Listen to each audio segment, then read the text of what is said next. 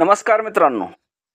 लाडकी बहीण योजनेत रोज नवनवीन माहिती समोर येत असल्यामुळे लाडक्या बहिणीची धास्ती काही संपता संपेना झाली. आपले नाव लाडक्या बहिणीच्या योजनेत राहते की जाते हीच चिंता महिलाच्या मनात आहे. आता या योजनेत नवीन माहिती समोर येत आहे.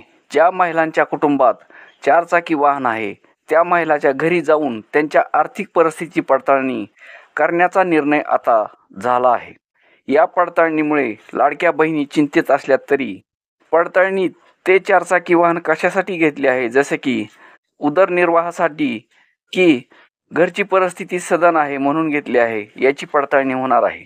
यामध्ये जर सधन परिस्थिती आढळून आली तर मात्र त्या महिलाचे नाव या योजनेतून कमी केले जाणार आहे आणि ज्या कुटुंबाने चारचाकी वाहन उदरनिर्वाहासाठी घेतलेले आहे अशा महिलाचे नाव कायम ठेवले जाणार असल्यामुळे खरे लाभार्थी कोण आणि बोगस लाभार्थी कोण याची पडताळणी होणार आहे.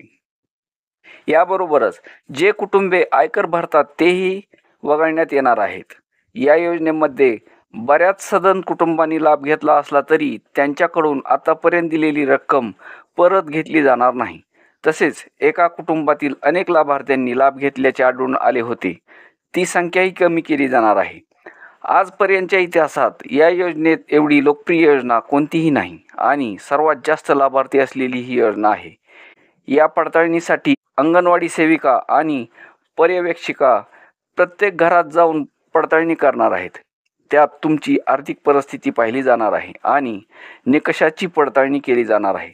ज्या महिला शासनाच्या इतर योजनेचा लाभ घेत आहेत, म्हणजे ज्यांना मासिक स्वरूपात शासनाकडून इतर योजनेचे पैसे येत आहेत, त्यांना फरकाची रक्कम मिळणार आहे. म्हणजे दुसऱ्या योजनेत समजा 1000 रुपये मिळत असतील तर त्यांना लाडकी बहीण योजनेचे फक्त 500 रुपये महिन्याला मिळतील आणि 1500 किंवा 2000 मिळत असतील तर लाडक्या बहिणी योजनेतून नाव कमी करण्याचा निर्णय शासनाने घेतला आहे.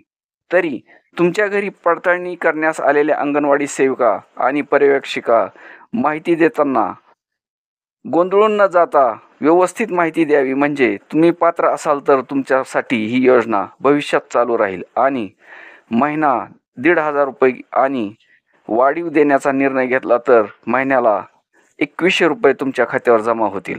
धन्यवाद.